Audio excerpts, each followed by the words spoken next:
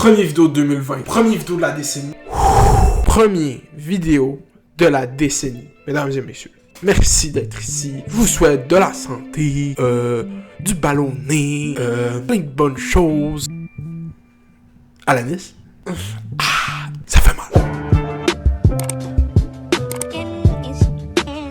Ok, bienvenue dans une nouvelle vidéo. Je sais pas encore comment je l'appelle. Comment je voulais l'appeler au début, c'est quand Instagram te monte à la tête à Alanis Desilets, parce qu'on était dû sur cette chaîne commencer avec un quand Instagram te monte à la tête. Mais là après, il y a eu la nouvelle que c'est la 3e guerre mondiale, fait que je pense que je vais essayer de faire un clickbait avec ça. On a une habituée du show en ce moment, une habituée de la chaîne. J'ai l'impression que j'ai fait une vidéo sur elle. Il y a une vidéo, Madame Desilets, Alanis, ancienne candidate d'occupation double Bali, du haut de ses 280 000, bientôt 279 000, bientôt 278 000 followers. Pour vrai, moi, quand j'ai vu la situation commencer, les premiers jours qu'elle a fait ça, était comme « Ah, on a un road trip propulsé par SO ». Puis ça a pris, je pense que tout le monde check les stories, puis à un moment donné, le monde a réalisé comme « Ah, c'est une campagne sur plusieurs jours. Wow, ils t'ont checké un whip. Ok, tu fais un road trip propulsé par SO, c'est ça que tu fais? » Puis là, elle a posté la photo, puis il y a tout le temps « Pauvre Alanis ». Pas pauvre Alanis. Je dis pauvre Alanis parce qu'il arrive des shit fucked up, c'est de sa faute. C'est complètement de sa faute. Mais comme c'est tout le temps une photo d'elle qui sourit, qui a de l'air de comme hey, check moi man, je suis Alanis, man, la fille cool. Là t'es comme moi, petite calice de tabarnak, de calice. Pour en revenir, j'ai même pas encore expliqué la controverse, ok? Madame Desilets, en fait, dans un espoir de renflouer ses coffres financiers, a accepté une collaboration avec la fameuse pétrolière Esso, qui pollue pis tout, pétrole, pollution, Greta, pas Greta pis tout. Pis ok, c'est pas vrai, l'urgence climatique c'est sérieux. Le meme, comment il a commencé à vraiment débouler, je sais pas c'est qui a fait le premier montage, mais whatever.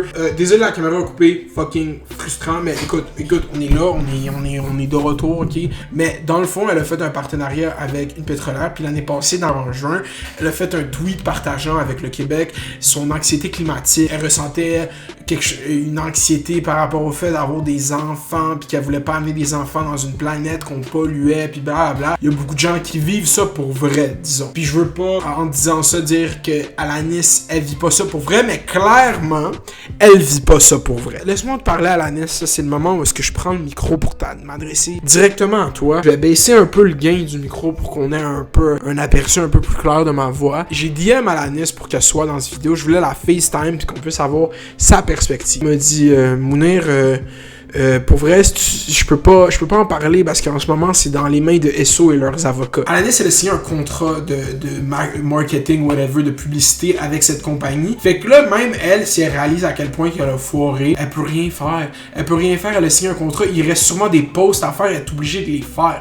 Fait que c'est pour ça qu'elle m'a dit, je peux pas venir FaceTime avec toi parce que j'ai pas le droit d'en parler. C'est une chose qui se discute avec les avocats d'SO. C'est ça qui arrive quand tu fais des décisions qui ont un gros manque de jugement. Puis comme la joke dans le fucking bye-bye, le cortex du jugement des influenceurs est pas très haut. Puis l'argent, ça parle facilement. Puis si une compagnie pétrolière m'offre 30 000 $ pour faire des fucking stories, je vais faire les stories, ok la gang? Moi là, SO pull-up avec yo, road trip dans le Jeep, je suis comme yo, what's good? 30 000 good? En forme. J'ai dit ça, mais c'est pas vrai, je le ferai pas. Maintenant que j'y pense, j'aurais dû y penser avant de le dire, mais on va faire l'exercice ensemble, je le ferai pas. Alanis, j'ai vraiment essayé de t'aider, je suis pas capable. Je trouve ça, dès que j'ai vu ça la première fois, je trouvais ça totalement absurde que tu te fasses pas du par SO, sachant très bien que...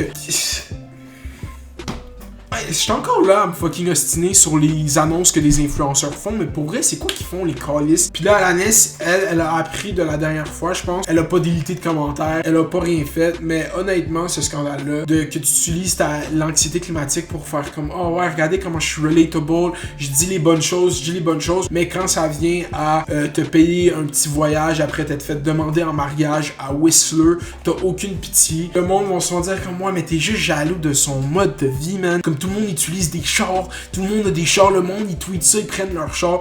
De un, moi, j'ai pas de char. Ça veut rien dire, j'ai déjà eu un char. Le point, c'est que de faire de la promotion comme ça. Juste de comme, hey, on met du suprême là. Je suis comme, c'est tellement fucking cringe. Alanis, pourquoi tu fais ça? Puis vous savez pourquoi qu'elle a fait ça?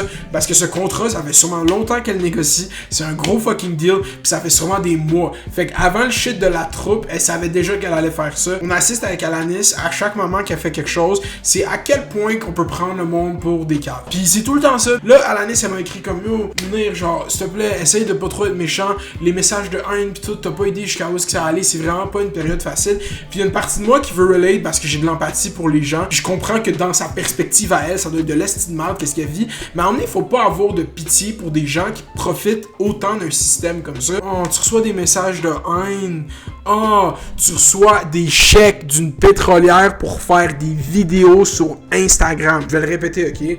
Cette personne veut qu'on se sente mal pour elle parce qu'elle a fait des vidéos puis des photos sur Internet. Ok, je sais pas si je parle trop fort dans le micro, je vais juste débuzzer avec le micro. Comme le monde, envoyez pas des messages de haine à personne. 2020, 2020 vision, personne spam les DM à personne. Moi y compris. Si je fais de fuck up, yo, si je fais un fuck up, spam pas mes DM. Unfollow. T'aimes plus cette type, ça sert à rien de lui envoyer ta négativité. Enlève-la de ta vie. C'est des plateformes où est-ce que tu décides qu'est-ce que tu vois. Genre, à part si t'es sur TikTok, puis même là sur TikTok, tu peux bloquer les gens.